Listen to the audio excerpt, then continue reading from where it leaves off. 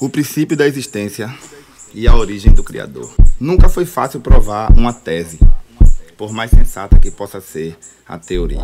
Muito menos fazer com que todos acreditem sem contestar. Há muitos anos, a sociedade vem sendo vítima de infindas indagações sobre nossa contestável e surpreendente magia sentimental.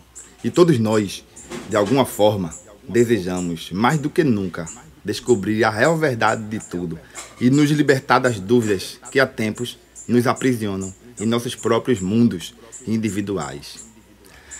Quem nunca quis saber o verdadeiro motivo da nossa existência, ou sobre o crivo do nosso nascimento, e mais ainda, a origem de um ser que muitos acreditam ser a resposta para tudo? Se perguntarmos a uma pessoa adulta, ou até mesmo uma criança, na faixa etária dos 7 anos em diante, quem criou os céus e a terra e o mar, boa parte dos entrevistados automaticamente responderão que foi Deus.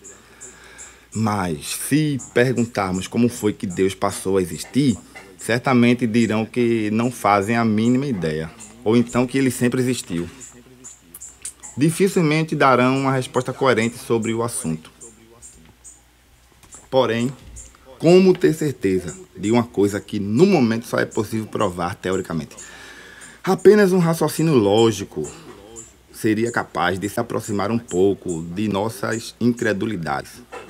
Embora a distância que ainda faltasse para percorrer a quase infinda trajetória da incerteza fosse, no entanto, imensurável. Tentar descobrir a origem da vida na Terra é como querer saber se existe vida em outro planeta. Não dá para ter certeza de nada. É tudo uma questão de fé. A única certeza que temos é que estamos aqui. Só não sabemos de onde viemos nem para onde vamos depois da morte. O que não é o caso de todos, mas o de grande parte da população mundial. Entretanto, não é nenhuma loucura ter esperanças de uma vida após a morte, pelas evidências que nos permitem crer em algo sobrenatural. Por mais que não tenhamos interesse em tomar conhecimento da origem e o motivo da nossa existência, todos nós, cedo ou tarde, teremos que saber detalhadamente todos os passos da nossa contestável formação. Portanto, eu, no meu raso conhecimento, aproveitando nossa liberdade de expressão, tento fazer notória a real verdade de tudo, da forma mais convincente possível, de acordo com as evidências, na tentativa de acabar de vez com toda essa confusão. A verdade nunca deixará em tempo algum de ser a peça mais cobiçada da história. E um dos grandes erros dos líderes religiosos é definitivamente ocultar aos membros da igreja um fato crucial à fé cristã, e que diz respeito justamente à misteriosa ascendência de um ser superior venerado como Deus. Obviamente, por não conseguirem imaginar como poderia ocorrer tal fenômeno e se apegarem à ideia de que Deus não tem origem. Ou quem sabe, seja por termos políticos que haja tanta burocracia quando se fala sobre tais assuntos. Talvez seja esse o motivo de haver tanta incredulidade em nosso meio. Não querendo ser grosseiro, mas assim como em todas as áreas existem profissionais corruptos, sem exceção do meio religioso, alguns cientistas têm a engenhosa forma, ou mais adequado seria dizer, a terrível astúcia de arrumar para tudo no mundo uma explicação, mesmo algumas não sendo verídicas, simplesmente para acalentar a opinião pública e se manterem no poder por mais tempo. Diferente do meio religioso, que não poderia inventar uma mentira, sabendo que seria um grande risco, pois de fato não haveria melhor colocação para o termo hipocrisia. Admiro o caráter religioso, mas despreza a formalidade na hora das decisões. Se realmente nossa vida tivesse algo a ver com a teoria da evolução, da maneira como constatam, logicamente ainda estaríamos evoluindo. Ou por que motivo pararíamos de evoluir? O que nos impediria de uma constante mutação se realmente tivéssemos surgido de uma determinada célula? Ou porque nunca houve nenhum registro sequer de um macaco que se transformou em homem? Pois, na teoria da criação, No que diz respeito ao plano divino, o corpo humano foi formado do pó da terra. No entanto, a alma do homem teria sido dada pelo seu Criador, por meio do sopro da vida, quando Deus lhe dera um espírito, tornando-lhe, assim, a alma vivente, dotada de grandes poderes, capaz de criar e sentir emoções. O sistema universal até poderia ter surgido de uma grande explosão, mas tecnicamente seria impossível nascer tanta ordem do caos, como no caso das belezas naturais, que mais parecem artes esculpidas à mão. Existem várias fórmulas para efetuarmos um cálculo matemático, mas nem todos são exatos. Não muito diferente da teoria da vida, pois existem várias teses para nos explicar sua origem, mas apenas uma pode estar correta. Alguns cientistas, na minha concepção, são como os magos de Ramsés. Sentem-se obrigados a encontrar sempre uma solução para tentar resolver o problema, mesmo que isso lhes acarretem sérios danos no futuro. Por quê? Se há um grave erro no meio religioso, é sem dúvida a má interpretação de alguns trechos bíblicos, pois quando as Escrituras relatam a respeito de Deus, concernente ao fato de ser o princípio e o fim, não quer dizer que ele não tenha origem, mas que foi o primeiro ser a se revelar no universo. Os termos fim, último e ômega não significa que vá deixar de existir, mas que não haverá outros além dele. Pois o único que tentou se igualar ao seu soberano poder sem o seu consentimento foi lançado no inferno com seus seguidores. Seria um tanto rude, ou podemos dizer contraditório, afirmar que passou a existir algum fenômeno sem ter tido um início. Porque, se fizermos um ligeiro raciocínio lógico, perceberemos que para uma determinada coisa passar a existir, tem que haver um devido começo, pois não há possibilidade alguma de surgir algo que não tenha origem. Portanto, tudo aquilo que agora existe, certamente teve um princípio e tem que haver uma explicação. Pois, se já é difícil de acreditar em toda essa história, com todas as provas na mesa, quem dirá negando a eficácia delas? Portanto, sendo Deus o autor da criação, é evidente que antes de se formar, aparentemente nada havia, além da vasta imensidão que tomava conta do culminante espaço deserto e sombrio. Entretanto, analisando mais a fundo dois pequenos pontos estratégicos, veremos primeiro que não poderia haver uma total inexistência de elementos naturais, como no caso dos átomos, por exemplo. Porque, se agora tudo que existe,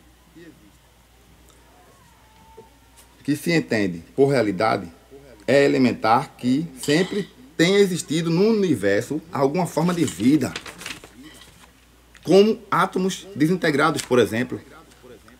Ao mesmo tempo que se existe de fato uma força suprema, e tudo indica que sim, evidentemente algum tipo de energia sobrenatural pairava no cosmos, bem antes mesmo da designação de um governo absoluto. Pois se toda a matéria é constituída por átomos, logicamente já deveria haver energia no espaço. No entanto, a origem de Deus, que muitos embora seja enfatizada por um pequeno trecho no livro do profeta Isaías, nos permite fazer um estudo um pouco mais intenso sobre o assunto, quando ele mesmo nos revela um traço dessa fabulosa façanha, dando a entender que não surgiu de repente, mas que houve, na certa, uma considerável metamorfose. Entretanto, tudo se trata de uma questão superficial.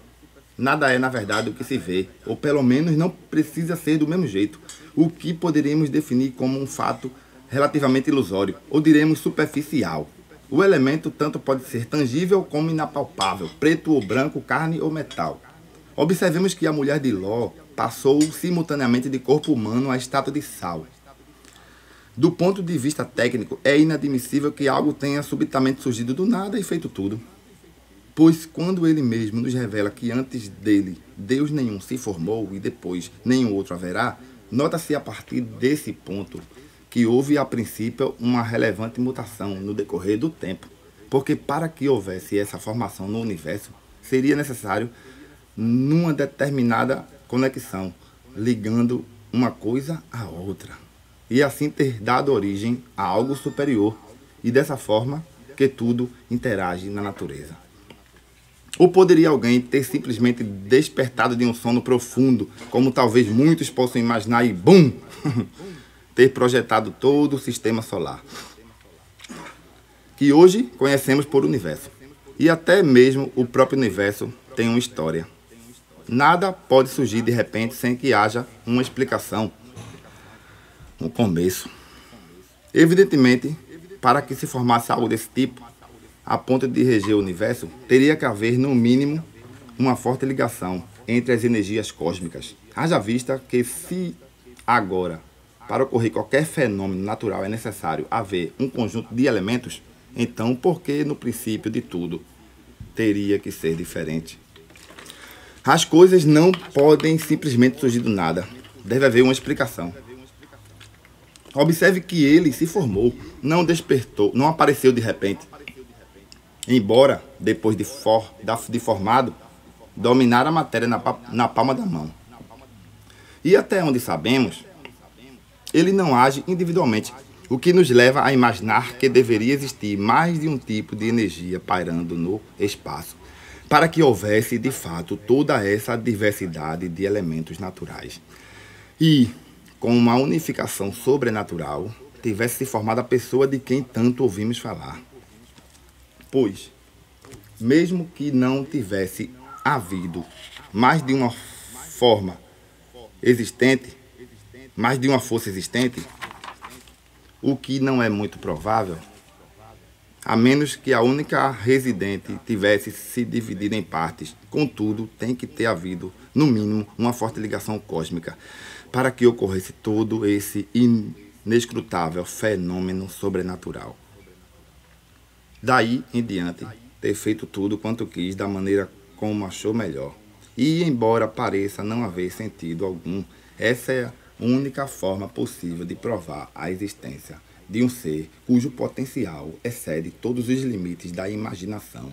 Caso contrário, como creremos em algo que nem mesmo em teorias o possamos interpretar, quando ele mesmo nos revela tanto de sua pessoa?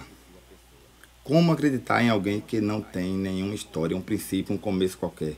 Uma só razão para que venhamos a ter algum motivo para existir e saber que não estamos vivendo uma mentira.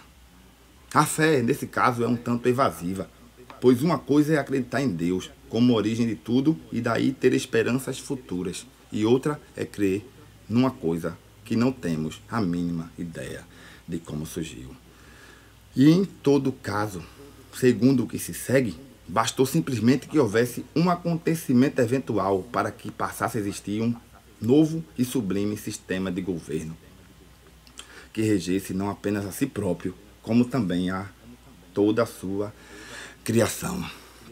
Observe que os elementos naturais são um tanto imprevisíveis, podendo facilmente ser alterados radicalmente de uma hora para outra.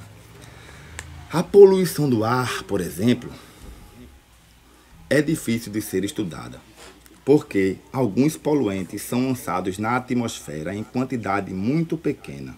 Além disso, eles podem se transformar em outras substâncias por causa da luz, do sol e do calor, e também de outros elementos que estão no ar. Inclusive, muitos objetos são derivados de um só tipo de matéria-prima, como o petróleo, que dá origem ao plástico, à borracha, ao acrílico, entre outros. Como o vidro, que é derivado da areia. Portanto, se a matéria, que é tão clara aos nossos olhos, tem a capacidade de se transformar, por que não o sobrenatural? Por que só a matéria tem que ser real, quando ela mesma nos demonstra tanta espiritualidade? Torna-se importante lembrar que existe uma matéria que tem poder diferente das demais. A força de atração que o ímã exerce sobre alguns metais é surpreendente. E da mesma forma que acontece agora, pode ter ocorrido antes de a matéria ter tomado forma. Ao contrário da teoria da evolução, que defende a tese de uma misteriosa explosão numa grande massa atômica, o que seria pouco provável ao vermos que não havia os efeitos do tempo para superaquecer e resfriar a matéria. Já no caso da criação, tomando como exemplo a força do ímã, percebemos que há um forte índice de que houve, de fato, uma imensurável atração entre os elementos dispersos no espaço.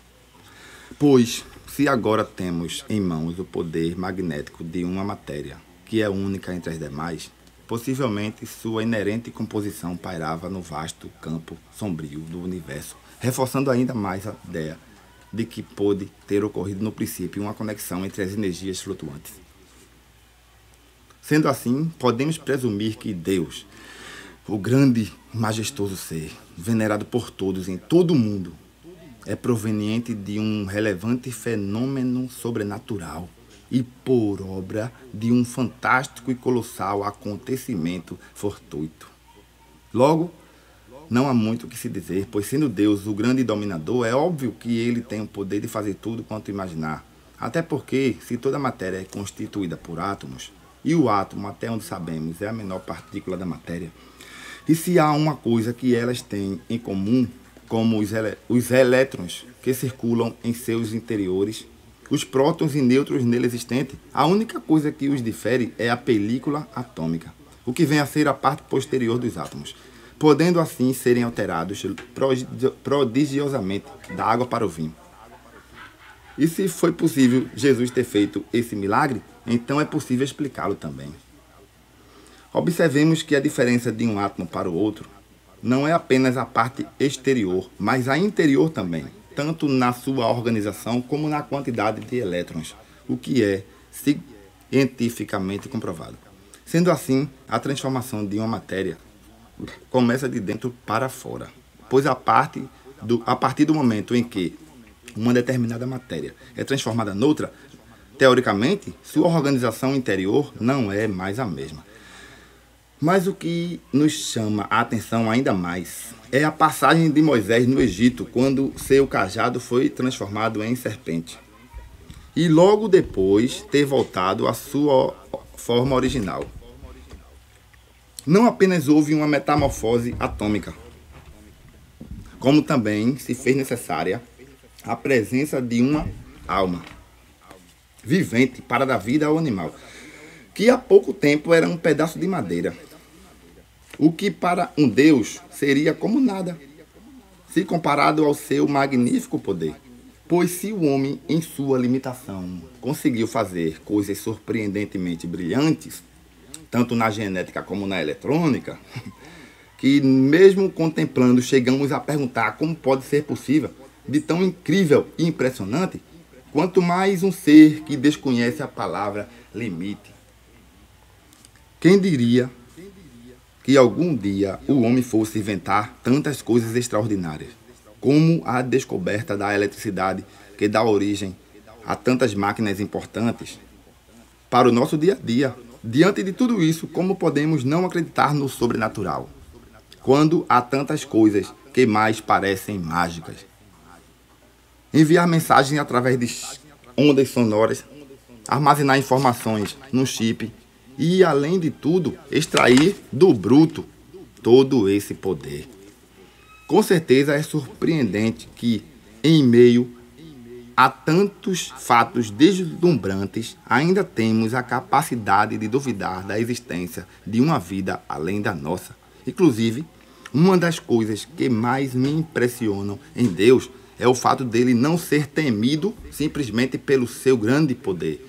Seu potencial não está ligado diretamente a si próprio, mas ao respeito que as criaturas lhe têm. Ou seja, se ele não fizesse por onde ser merecedor dessa glória, certamente não seria adorado, mas temido. Ninguém deve ser obrigado a prestigiar alguém por medo ou interesse algum. Sendo assim, ele não teria tanto sucesso. Foi o que Lúcifer, o anjo decaído, tentou fazer quando no seu império incitava grandes partes de seres angelicais contra o seu Criador. E logo foi envergonhado ao ver que não obteve a vitória almejada, embora tenha conseguido seduzir grande parte dos anjos. Como podemos duvidar da existência de um Deus, quando Ele mesmo se fez presente em nosso meio, nos dando uma prova de seu infinito amor, entregando-se por nós em morte de cruz? Ou quem teria poder de ressuscitar os mortos, transformar água em vinho, curar enfermidades, expulsar demônios? E ao acalmar tempestades. Não podemos anular a história e negar o fato de que viveu entre nós um homem que exerceu a profissão de carpinteiro, conhecido como Jesus de Nazaré, e que possuiu grandes poderes sobrenaturais, comprovando a total e incontestável evidência dos fatos. Mas por que será que Deus resolveu agir tão secretamente entre nós? A não ser pelo fato de estar testando nossa fé e observando até que ponto podemos chegar em meio a tantas dúvidas e controvérsias. Caso você não consiga acreditar na existência de um Deus, acredite pelo menos em você, mas nas coisas que estão constantemente à sua volta, porque elas são reais. E veja que não há de sermos desleais com a natureza nem desprezar algum ser na face da terra. Pois mesmo que não existisse um ser superior para julgar nossas causas, certamente não seríamos vistos com bons olhos. Além de tudo, estaríamos prejudicando o futuro de nossos filhos também. Portanto, o mais incrível é o fato das energias terem projetado um sistema mental, ainda que sobrenatural. Para conseguirmos obter uma ideia do ocorrido, temos que entender, primeiramente, que tudo o que conhecemos foi obra ou invenção de alguém. Assim como toda regra que existe foi projetada unicamente pela necessidade de impor ordem entre a massa resultante. Analisemos que quando Deus criou o homem sobre a terra, ele deixou 3 mandamentos, um relevante e 2 relativos à própria natureza humana. Ou seja, ele determinou 3 regras, que por sinal o homem só consegue executar 2, por ter sido designado a fazê-la: a multiplicação e o domínio. Sendo a terceira desobedecida pela curiosidade, o fruto proibido. E mesmo no tempo de Noé, Deus ainda não havia proferido nenhuma lei além das ordens do Éden. Só mais tarde, quando Moisés tirava o povo do Egito, surgiram novos mandamentos que regeram aquela multidão desenfreada. Portanto, seguindo esse raciocínio, o que vem a ser, de fato, uma mente na sua plenitude, se não um complexo formado por ideias referentes umas às outras? Ou seja, sendo Deus o princípio de tudo e o ser que tem poder sobre toda a criação, evidentemente ele projetou as coisas da maneira que achou melhor. Então nada precisaria ser da forma como agora é. Mas de fato, se é assim, e por que acharam que seria melhor que fosse? É lógico que para ocorrer todo esse processo de criação levou um determinado tempo. Não sabemos se 1000 ou 1 milhão de anos, mas o fato é que de alguma forma aconteceu. Certamente não se resume a meras palavras, a majestosa mágica da vida. E está muito além da compreensão humana. Todavia, sempre há a possibilidade de descobrirmos alguma coisa que nos leve a crer no invisível e deixe-nos um pouco mais próximos da verdadeira realidade. E a teoria mais aceitável para explicar toda essa robótica, até onde sabemos, a mente é o elemento que tem o poder de determinar alguma coisa.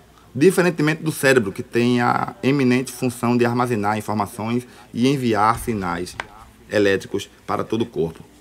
E da mesma maneira que a forte ligação cósmica teve o poder de transformar a natureza da matéria, iniciou-se a partir daí a projeção de pensamentos, adquirindo dessa forma o que podemos chamar de a alma da coisa, o que de fato vem a ser o elemento responsável pelas nossas atitudes. E quem, na verdade, somos por trás dessa ilustre máscara corporal, que nos prendem a esse mundo subliminar, que nada mais é do que um complexo campo de treinamento no qual é preciso mais do que força física para vencermos qualquer batalha que possa existir e sermos reconhecidos como guerreiros do bem. Dessa maneira, o objetivo primordial da mente, como um todo, é criar as ideias e armazená-las num determinado tipo de arquivo. O cérebro não poderia ser a única fonte de armazenamento. Caso contrário, como iríamos conservar nossos conhecimentos para viver no além? Seria preciso reaprender novamente tudo, o que não poderia acontecer de forma alguma, pois como seríamos julgados conforme nossas obras, se esquecêssemos quem fomos na Terra? Muito pelo contrário, a essa altura os sentidos ficam bem mais aguçados. Entretanto, as leis são simplesmente um conjunto de regras essenciais para o controle e organização de uma etnia. Portanto, podemos sintetizar o elemento psíquico a um conjunto de ideias capazes de criar e sentir emoções, o que de fato poderia ser alterado com base nos portadores de deficiência mental. Eu diria que são pessoas quase normais, que sentem a necessidade de se alimentar e manter relações sociais, mesmo às vezes com grande dificuldade, tanto quanto receber carinho e atenção.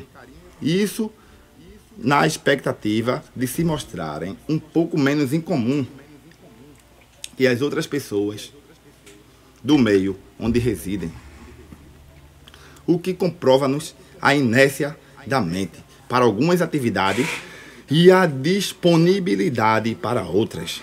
Sendo assim, o que falta numa pessoa com distúrbio mental para ser considerada normal, se não coordenar as ideias que ficaram fora do seu senso crítico, realizando dessa forma uma regra de comportamento no seu conceituado intelecto, pois assim como uma palavra pode ter mais de um significado, a projeção de um pensamento é motivada conforme a necessidade do momento.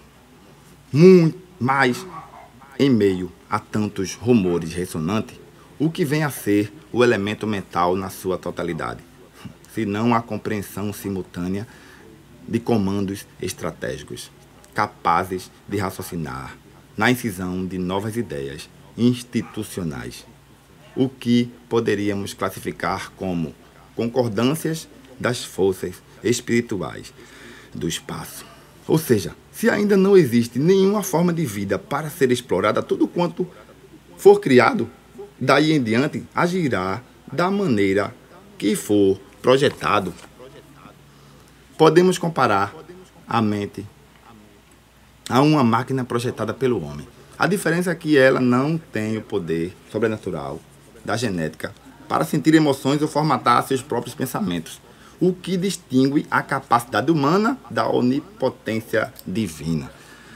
Numa instalação elétrica, quando os cabos são de uma mesma cor, faz-se necessário alguns marcadores para podermos determinar a função de cada um. No caso da nossa consciência, as regras são os rudimentos essenciais para podermos saber quais os nossos direitos e deveres. Em todo caso, mesmo em meio a tantos rumores a respeito de nós, temos que agradecer a vida por fazermos parte dessa contemplável imensidão sem fim e por sermos, sobretudo, mais do que um simples volume no universo. Até porque somos únicos neste mundo e ninguém pode substituir nossa presença na Terra, o que nos torna seres divinos. Afinal de contas, o que levaria um Deus a criar tudo que hoje existe, se ele não depende de nenhum de nós para sobreviver? Não seria pelo fato de querer nos revelar sua glória? Partilhar conosco as maravilhas desta vida e aprender um pouco mais com nossas limitações. Sem falar que seria um tédio viver para sempre na solidão. Criando-nos, portanto, para que pudesse ter algo com que se entreter, quando, na verdade, ele é o centro das atenções. Todavia, mesmo ele não dependendo de nenhum de nós, para existir, precisa de alguém para ser reconhecido como Deus.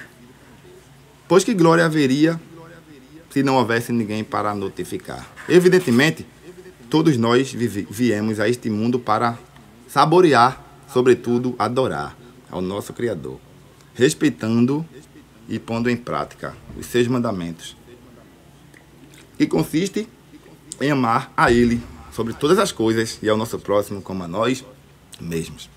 Portanto, todos nós temos uma importante missão a zelar aqui na Terra. E tudo que devemos fazer é tentar encontrar nossa vocação. Porém, não importa o que escolhemos ou fomos induzidos a ser nesta vida, desde que não faça mal a ninguém, nem a nós mesmos, para que não venhamos a influenciar outras pessoas a praticar tais iniquidades. E, se possível, contribua para o crescimento da sociedade em geral, quer no meio profissional, quer na vida familiar.